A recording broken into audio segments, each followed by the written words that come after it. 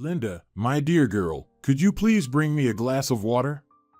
Said the grandmother, struggling to sit up in bed. Sure, Grandma, of course, the granddaughter rushed over. Are you feeling bad again? Yes, dear, I always feel unwell now. I'm old, kiddo. No, Grandma, we'll get you better. We'll beat your anemia. How can we beat it, Linda? You heard how much the treatment costs.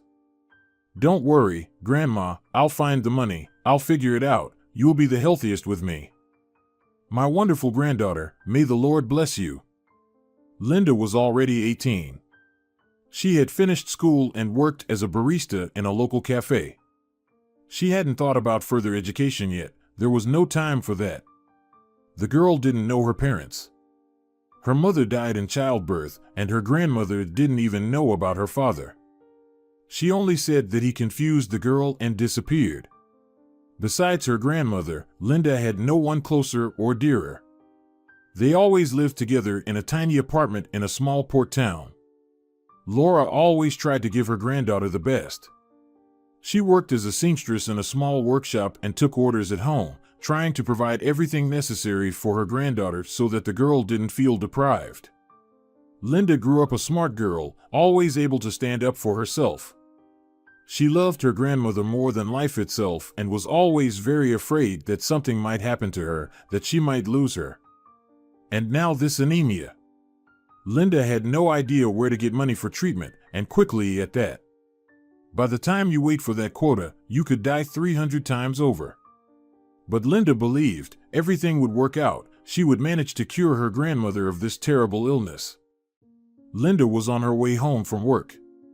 It was already around 9 in the evening, getting dark. She still needed to stop by the store and buy something for dinner. Linda passed by an open cafe. A group of young people was having fun there. Hey, beautiful, come join us, shouted one of them. Maybe when I have a Rolls Royce, I'll consider it, but for now, no need to shout and bother passers-by, muttered Linda, not slowing down, and walked past. You're feisty, said the same guy with a bright smile. There was something enticingly forbidden about this guy. Linda tried not to think about it. Nonsense. She needed to think about her grandmother and work, not some spoiled boy who only knew how to sit in a cafe and have fun with his friends. The girl turned into the nearest shop. She quickly grabbed everything she needed and stepped out onto the street with a paper bag. She was looking down to avoid stumbling. The steps were old and rickety. The girl didn't notice the same guy with the bright smile who had just been sitting in the cafe with his friends. Heavy bag, sweetheart? He asked, smiling. Just a normal bag, Linda replied. Can't you sit in the cafe? Have your friends dispersed? Can't I help a girl who's stolen my heart? Let's skip that, shall we? I've read enough of that in cheap books when I was 14. So, come on, go have fun. Linda walked away briskly. Away from that ladies' man who, apparently, was burdened with no problems at all. Most likely, he had a wealthy daddy or mommy who solved all life's difficulties for him, leaving him only to roam the city at night and hang out with friends, or perhaps with girls. Linda was annoyed that she was thinking about him. Maybe she was just tired? Maybe she simply lacked girlish joys? After all, Linda couldn't even afford to just hang out with her girlfriends. They all were dating someone, enjoying their youth. While she had to think about how to survive, how to find money for her grandmother's treatment. The doctor said it's better to start it soon, then there's a chance that everything will be fine, and Donna Laura will quickly recover and live many happy years ahead. No, Linda would do everything to find the money and pay for this treatment. She had no other choice. Hello, Granny. Linda called from the doorway. Hello, my dear. Grandma responded with a voice more lively than usual. How are you? Today, you know, a bit better. Not lying around like a log all the time. Watered the flowers. You're such a clever girl. How happy I am. Soon I'll cure you. We'll ride bicycles together. Oh, granddaughter, what kind of cyclist am I? A very wonderful cyclist. The granddaughter kissed Grandma on the cheek and began to unpack the groceries from the bag. The next day, Linda, as usual, stood at her usual place in the cafe behind the bar counter. There were few visitors in the morning. Probably because it's a day off and people decided to rest after a week of work. Suddenly he entered, that guy who had been waiting for Linda near the shop with the slanting porch. "It's fate," he exclaimed, approaching the counter and looking into Linda's eyes. "It's just a small town," the girl replied calmly. "You're likely to encounter a familiar face somewhere." "No, it's something else." "Until what time are you here today? Want me to treat you to the tastiest ice cream in town? I know this town inside out. There's no ice cream here worth admiring. Are you placing an order?" Linda adjusted her hair. "Yes, I want coffee, with Bailey's. Can you make it?" A girly drink, don't you think?" "Maybe. But today I really want it, Linda." He stared at the badge on the young barista's left pocket of her uniform. "I'm Jordy. A couple of minutes, and your coffee will be ready." "Jordy." "Thank you, sweetheart." He sat at the nearest table and stared out the window. Georgie finished his cup of coffee and headed towards the exit with brisk steps. On the table, he left a generous tip and a small note. It felt so unusual to see such a note in the 21st century, in the age of high technology, when everyone communicated solely through messengers and phones. It reminded her of something childish, charming. "Linda, the thief of my heart, I beg you, do not refuse me. I will come for the closing, and we will take a walk. I'll treat you to just ice cream. I think of you all the time. Georgie." The girl read on the scrap of paper and tucked it into her pocket. They walked along a small alley and ate strawberry ice cream. It was so easy with this guy. Now he didn't seem like the obnoxious poser who throws around pretty phrases just for fun or to show off in front of his buddies. They simply chatted about everything and enjoyed the evening coolness. "Where do you study?" Georgie asked. "Not anymore, school is behind me." "And what's next? Don't you plan to apply anywhere?" "Not at the moment. I have a sick grandmother. I need to work now. I'm saving up for her treatment. She's everything I have in this world." "I understand." Georgie suddenly stopped, pulled the girl towards him, and kissed her. Linda began to push the guy away, but the kiss felt so tender, so pure to her that she simply couldn't resist him. Linda had been dating Georgie for about a month now. She felt like she wanted to spend her whole life with this person. She fell head over heels for this smiling guy, eagerly awaiting each new meeting. The girl couldn't focus on work, slept poorly, and completely lost her peace. "Linda, what's going on, my dear?" One evening, Grandma asked when her granddaughter brought her a glass of warm milk with honey before bed. "Nothing happened," Linda replied, avoiding eye contact. "Have you fallen in love?" Laura, Linda's mother, asked directly. "Grandma, what are you saying?" I just started dating a nice guy, that's all." "With a nice guy?" sighed Grandma. "Your mother also once met a nice guy. But he disappeared from her life too quickly. As soon as he found out she was expecting a baby, he vanished too quickly." "Oh, don't start now. Or you'll start crying again. But at least you have me." "Yes, I thank heavens for that every day, every day. But still, my dear, be careful. Watch out that this nice guy of yours doesn't hurt you. You know, it's very easy to deceive an 18-year-old girl, believe me, old lady." "Grandma, you're not an old lady at all." "I'll be careful, I promise." Linda kissed her grandmother on the forehead and turned off the lamp. "Why does the coffee smell so bad, Ramon?" Linda asked her coffee shop owner one morning. "It usually smells like that," he replied, unpacking a box. "I'm telling you, it smells like sour milk or something. Did you change suppliers?" "No, I haven't changed anything."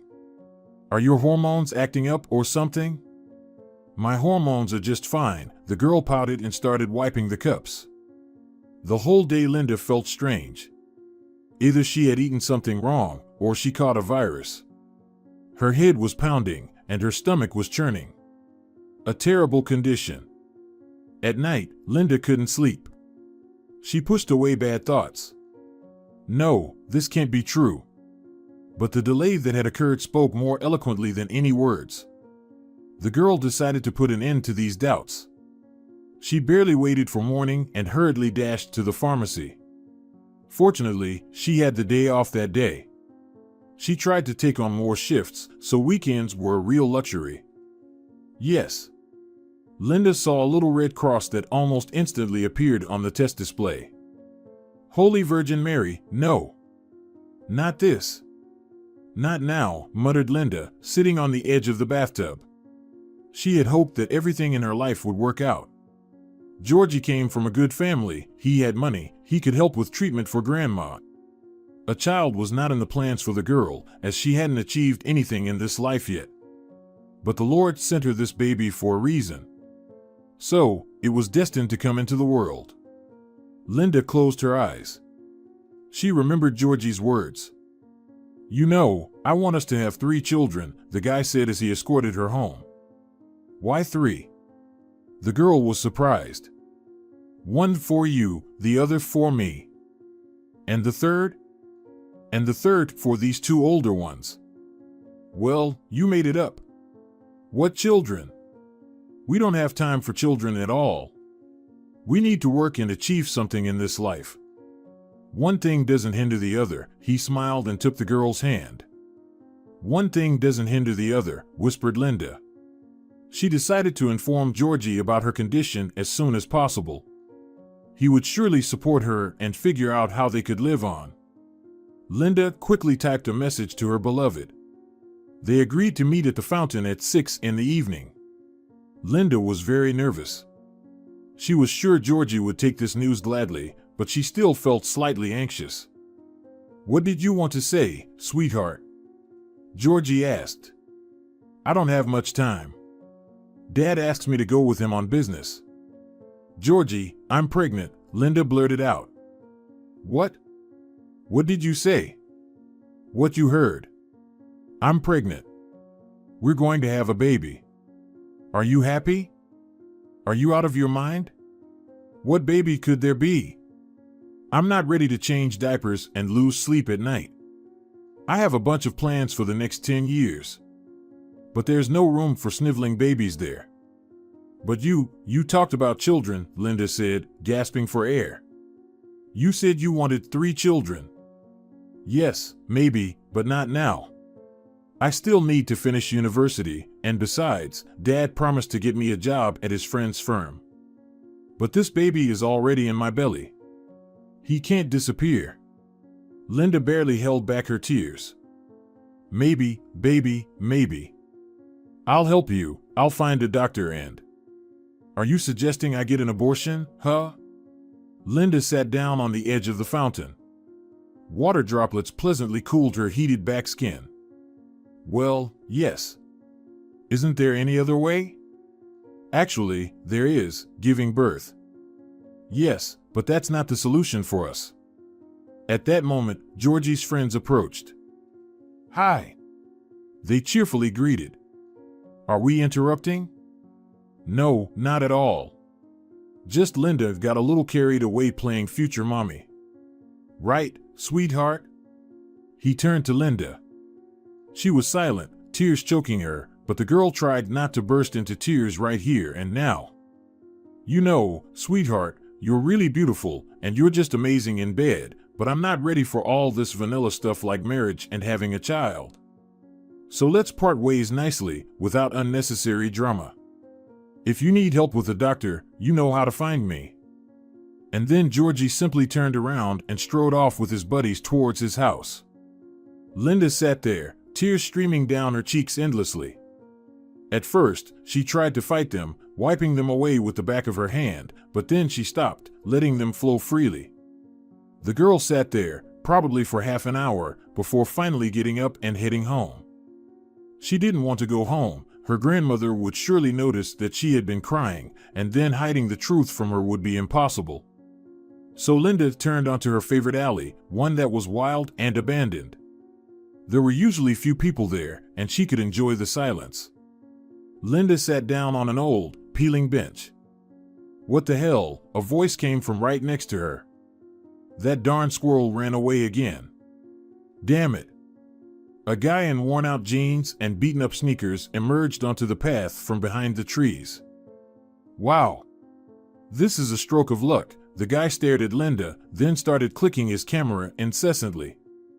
What are you doing? Linda angrily muttered, covering her face with her hand. Just walk past, you half-baked photographer. You'd better buy yourself new sneakers instead of wearing these beat-up ones.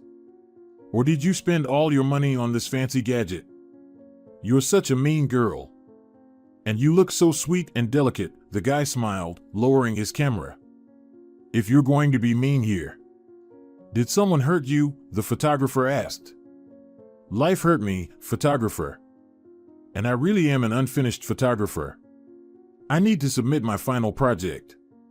It's called 3 Images. But I just can't find a model. And now? Now what? Now, it seems, I've found one. Will you agree to be my model for just a week? I'll pay. I can even pay in advance. Oh, come on, you'll pay. You can't earn money for sneakers for yourself, but you'll pay him. I can afford a cup of coffee and ice cream myself sometimes, so walk on, photographer. Go find squirrels, they'll pose for you for free. Listen, I'm serious. I have money, really. And sneakers. I just don't care what sneakers I wear, as long as they're comfortable. What do I need to do? Linda softened a bit. First, tell me your name. By the way, I'm Santiago. I'm Linda, she reached out her hand. Pleased to meet you. So, are you in? I really need the money. Not for nonsense, but for my grandmother's treatment. And the treatment costs a pretty penny. I could pay in installments, but there are no installments yet. Listen, let's do this. I'll pay for your grandmother's treatment. I'll borrow from my uncle if my savings aren't enough. Agree? Linda nodded. Such an offer sounded too tempting. Her grandmother would live a full life, and Linda wouldn't have to jump up at night to listen if she was breathing or not. But the money up front, the girl quickly said. Agreed. Give me your number. Santiago took out his phone from his pocket. Linda dictated it and looked at the guy. He had such unusual eyes, deep but at the same time naive and even childish. They glowed as if little fireflies lived in them, just about to jump out. Any good news for today? Linda thought on her way home. She had firmly decided not to tell her grandmother anything about the child, or about that strange photographer either. Her phone beeped. It was Santiago, who else, sending her a flower emoji to save his number. Grandma, I have wonderful news for you. Linda shouted as she entered the cramped hallway. Grandma didn't respond. She must have fallen asleep, she thought, and went into her grandmother's room. When the girl entered, she almost fainted. Dona Laura was lying on the floor, her head thrown back. Oh, Holy Mary, not this. Linda frantically started dialing Santiago's number. Yes, Linda, by heaven's gift, the guy jokingly replied. Santiago, this is no time for jokes, please, help. My grandmother, she's unconscious. Hurry. She needs to go to the hospital urgently. Give me the address, I'll be there in a minute. They sat in the dimly lit corridor of the local clinic. Linda cried, and Santiago tried to calm her down. It was so strange, they had only known each other for about an hour and a half, and here they were, sitting together, waiting to hear what the doctor would say. To Linda, it felt like this guy in worn-out sneakers was an old friend or even a brother. She had never had a brother, a sister, or even a close friend. And now it felt like she did. Senora Perez is out of danger, said the elderly doctor, seemingly appearing out of nowhere in the corridor. They'll release her home? Linda jumped up. No, we'll observe her for a few days. Didn't they tell you about the treatment plan? Yes. When can we start? I'm ready. We're ready to pay. Linda glanced at Santiago.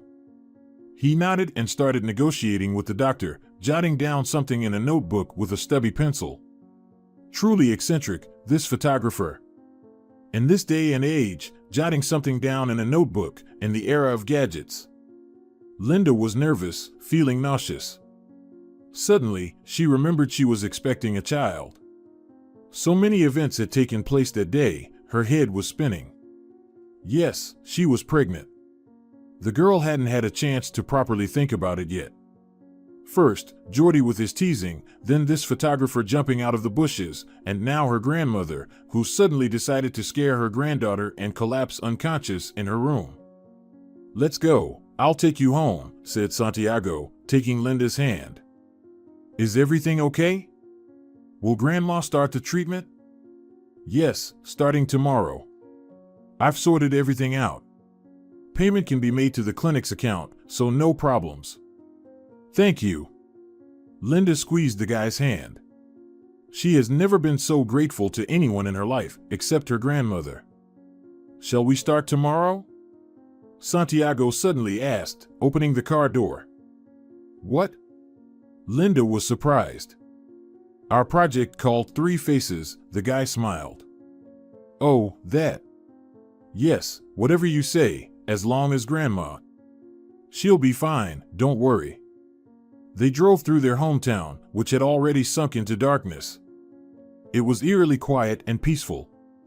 Rarely did they come across any passers-by, everyone had scattered to their homes. How great it was when someone could support you, especially when it was so necessary. Linda couldn't sleep. She couldn't fall asleep, too much had happened, thoughts were racing through her mind, and there was that nasty feeling of nausea. She sat at the table in the small kitchen, sipping green tea with lemon. It helped a little to combat the waves of nausea and provided some slight calming effect. What to do now? Linda thought. How to deal with Grandma, and now with a child too. She really has no one else to rely on. Linda's thoughts slowly shifted to another track. Santiago, the photographer, was so peculiar, calling her heaven's gift for some reason. He was unlike the guys Linda had encountered in the town since childhood. There seemed to be a whole world in his eyes, a magical and somewhat wild world. And his passion for photography simply amazed her. He was willing to pay for her grandmother's treatment just to look at her through his fancy lens and click away. Funny. They met at 6 in the same place, on the old alley. It was the time Linda finished her shift that day. Today's theme will be modesty, said Santiago, placing a package on the bench. What's this? Linda pointed at the package. It's what will help you embody the theme. Scarves, blankets, basically everything you need. I've prepared well. We will make this project happen. The best agencies will collaborate with me. Santiago dreamily looked up at the sky. You're dreaming big, aren't you? Linda chuckled. Instead of just going to work, here you are with your camera, chasing girls, and bringing along a bag of mysterious stuff. That's because I want this to be my job. My uncle pushed me into law school, but I couldn't last 2 years, I left. It's not for me, all those laws, articles.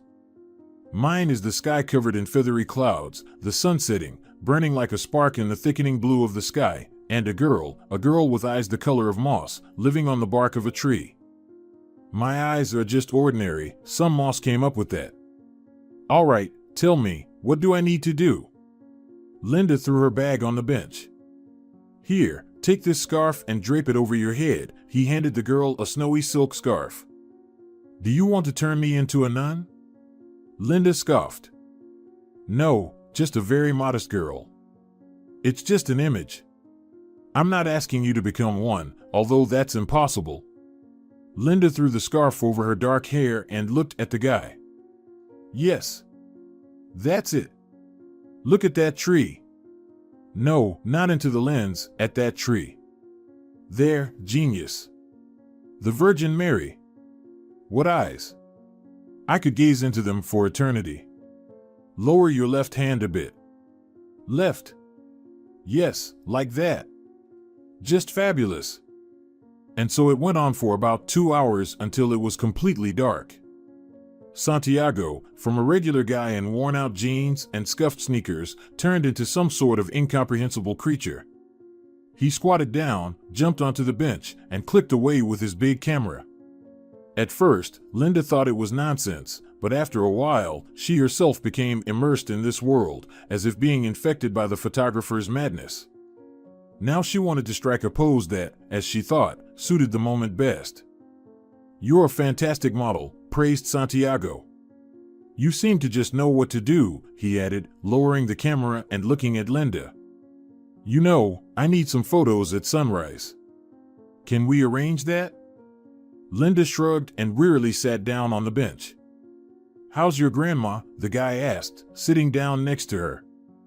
"She's still too weak, but the treatment has started." "I'm so glad." "Thank you, crazy photographer. Listen, let's grab a bite to eat. I've probably starved you. I know this cafe, they have delicious grilled meat, you'll love it." "No, I don't feel like going anywhere." "Want to have dinner at my place?" Linda simply offered. "Perfect.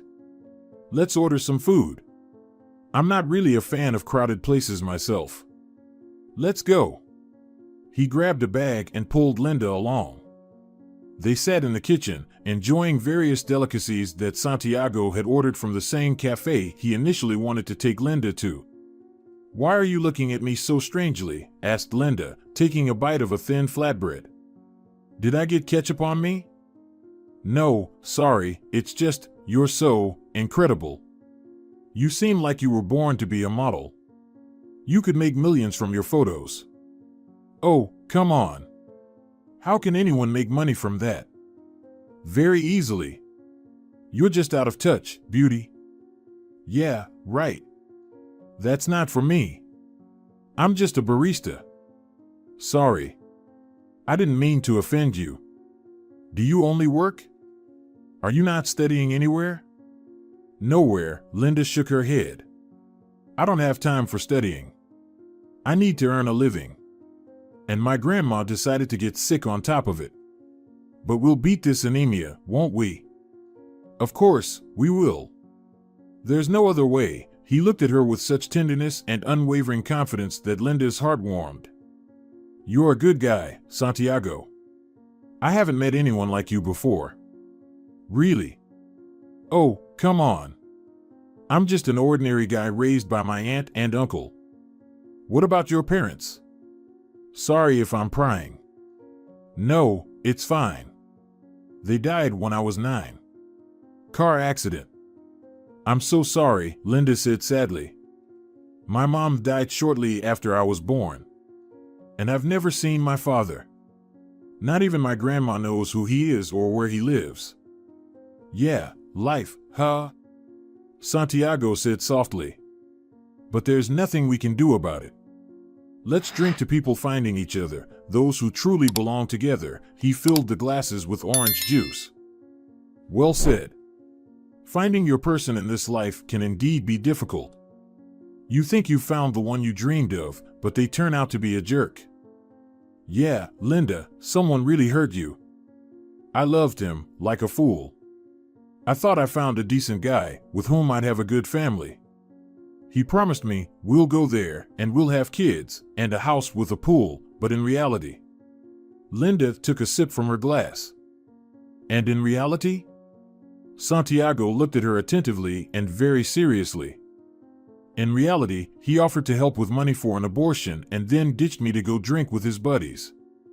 I was just another fling for him, a girl to have fun with, that's all." Linda lowered her gaze. Her dark, thick lashes fluttered slightly. "And you agreed?" Santiago asked quietly. "Sorry for prying into your personal business." "What?" Linda seemed to emerge from her thoughts. "So, did you accept that guy's proposal about..." "No," the girl replied shortly. "I truly can't offer anything to this little one, but I can't bring myself to kill him. Of course, I didn't tell Granny anything, but I'll have to eventually. And then there's work. You're doing the right thing, Linda. If the Lord gives a child, he surely knows what he's doing. He smiled and took the girl's hand. Thank you, Santiago. You're really very kind. It's a pity your parents didn't live to see this day. They would have been delighted to have such a wonderful son. Santiago squeezed Linda's hand tighter. Goosebumps ran all over her body. There was something in him, a mixture of tenderness and strength, reliability and romanticism. So, tomorrow at dawn? Santiago asked and unexpectedly pressed her hand to his lips. Wake me up, okay? I'm terrible at waking up. I usually wake up when it's time to go to work, Linda chuckled softly. Deal. I'll pick you up, and we'll have breakfast together before our photo shoot. Tomorrow's theme is rocker, although we haven't shot the modest one yet. Santiago winked mischievously at the girl. With you, one never gets bored. Leaning back on the chair, Linda said. Day turned into day. All 3 looks were captured, and Santiago defended his graduation project. He was offered to collaborate with a major advertising agency. With Linda's consent, he placed her most glamorous photos on stock websites. We'll make good money, you and I. Santiago cheerfully remarked one day as he walked Linda home after a short stroll. Do you think anyone will buy my photos? Linda asked incredulously. Of course. They'll line up for them. How is Donna Laura feeling? They're discharging her tomorrow. Will you help me pick her up? Of course. Just let me know when, and I'll rush over. Some night on a white horse you are. What a splendid guy your Santiago is. One couldn't help but fall for such a young man, Grandma said as she and Linda were left alone in her room. Santiago helped her settle into her chair and left on some errands. Yes, Santiago is very kind, almost as if he's from another era when noble knights weren't a rarity.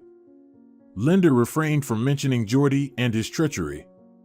She also kept silent about her pregnancy for now.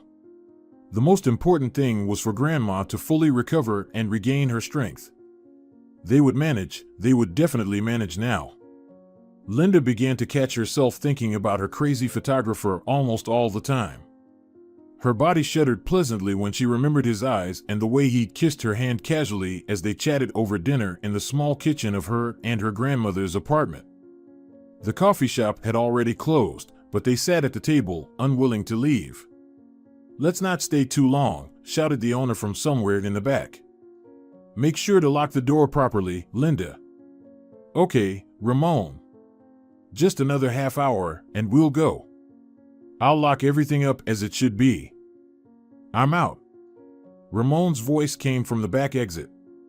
Linda, come out with me, Santiago suddenly said. What?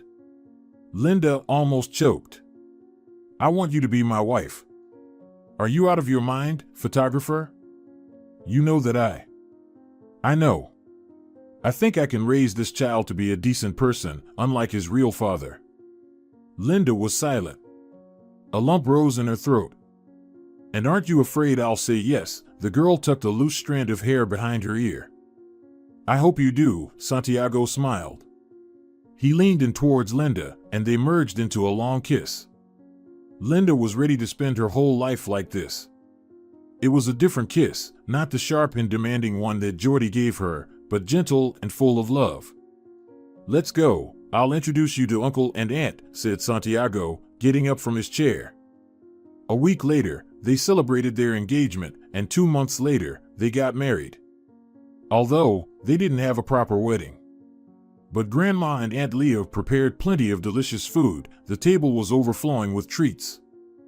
Darling, you need to quit your job, Aunt Leah said as they cleaned up after the feast.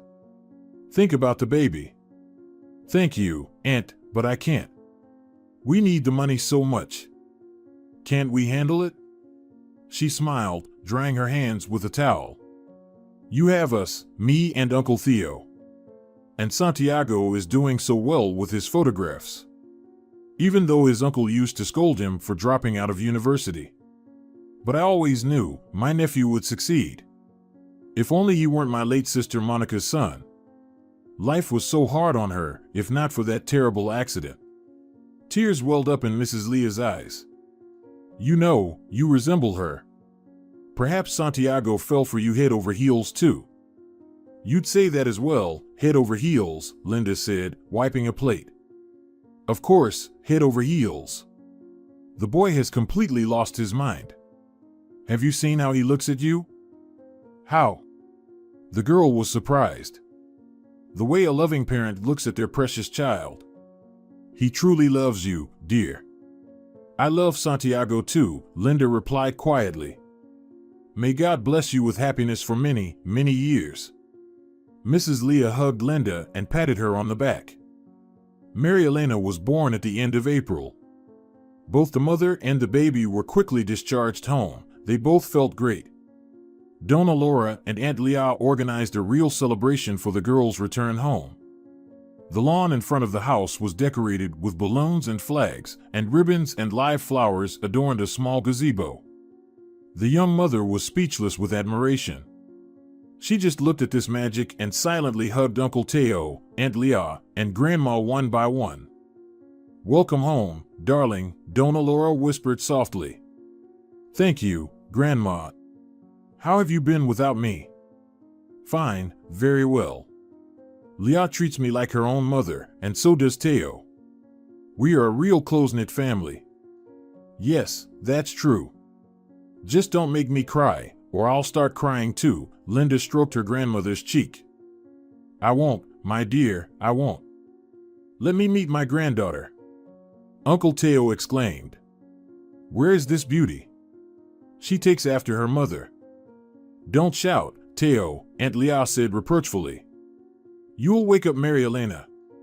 It's better if Linda and I go to the nursery and put the baby in her wonderful crib. She glanced at the young mother, who stood next to Uncle Teo, and smiled.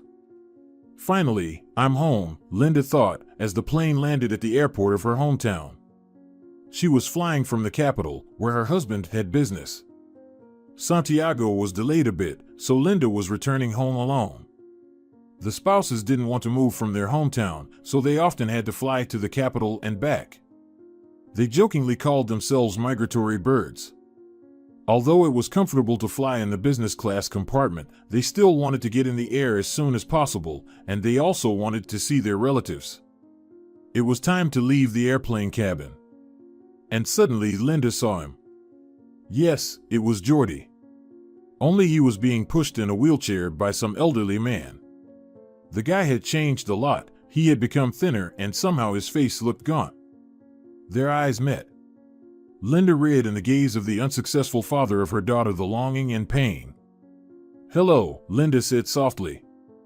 Hello, beauty, Geordie replied and tried to smile, but he didn't succeed very well. Linda waited for Uncle Teo to pick her up. Rick, wait a minute, Geordie said to his companion. I'll exchange a few words with this girl. Okay, replied the man who was pushing the wheelchair ahead of him and stepped aside. You've become completely different, Geordie began. So elegant, and success seems to radiate from you. I just met a wonderful person, Geordie. If it weren't for you back then, I might never have met Santiago. Who is this Santiago? A photographer, a very good photographer, Linda simply replied. And, the child, did you solve that problem without me? You still don't understand, Geordie. A child is not a problem, but a heavenly gift. Mary Elena is already 5 years old. She's smart and beautiful. She dances and sings very well. And you? What do you do? I recently became a child psychologist. I've already been invited to a children's development center in our city. Yeah, great. As you can see, I have nothing to boast about.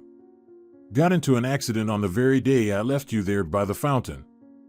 Had quite a blast that evening with my buddies, and then, like an idiot, got on my bike.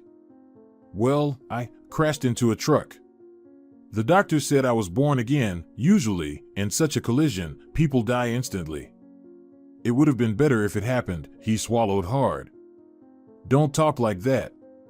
You can't beckon death upon yourself, Linda sympathetically replied. I'm really sorry this happened to you. Is there really nothing that can be done?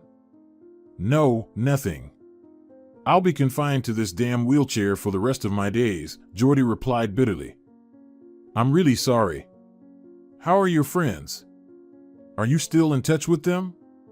What friends? Who needs a disabled person? They have their own lives. They don't even visit me. A couple of times they popped in when I was discharged from the hospital, and that's it. Yeah, you really have great friends, Jordy. It's my own fault. You get the friends you deserve. Don't despair. Life goes on. You need to keep living, if not for yourself, then at least for your parents.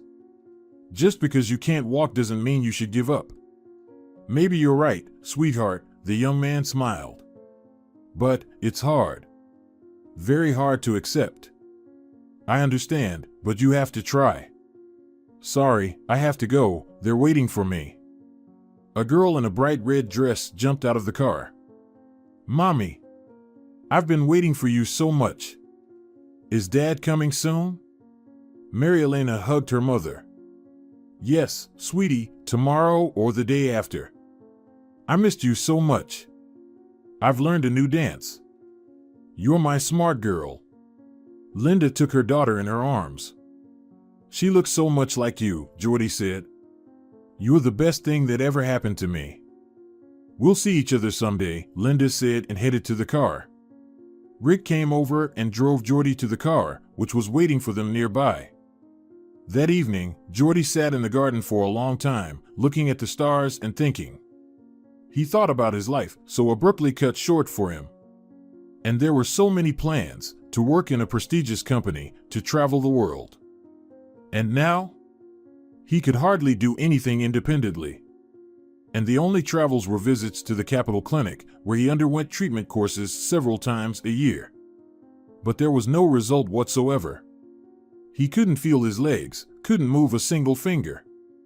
Georgie often remembered Linda, that bold girl with mischievous eyes and two playful braids that made her look like a schoolgirl. He recalled the coffee with Bailey she used to make especially for him, teasing that it was a girly drink. And her kisses. He had never experienced such kisses in his life. And he, the fool, didn't appreciate it, saw her as something ordinary, just another girl to have fun with. What if he hadn't left Linda back then? What if they had gotten married and had a child? What would have happened then? Maybe he wouldn't have been in that terrible accident and would now be happily raising his little daughter? Georgie didn't know the answer to that question. Nobody did. Such things were known only to the universe.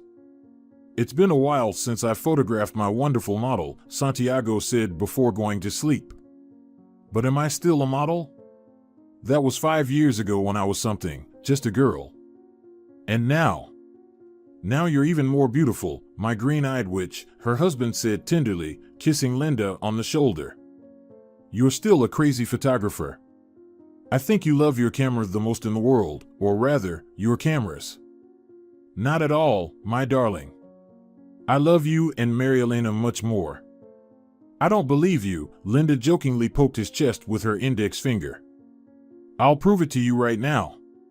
Santiago began showering his wife's neck with small kisses. I recently saw Jordy, Linda said, cuddling up to Santiago and resting her head on his shoulder. Who, he didn't understand. He's Mary Elena's biological father. I hope you're not falling for him again? Santiago winked at his wife. No, of course not, silly. I only love you. My photographer in worn-out jeans and sneakers that have long begged to be thrown away. Remember that day we met on the abandoned alley? How could I forget that day? That's when I met the best girl in the world, he kissed Linda on the forehead.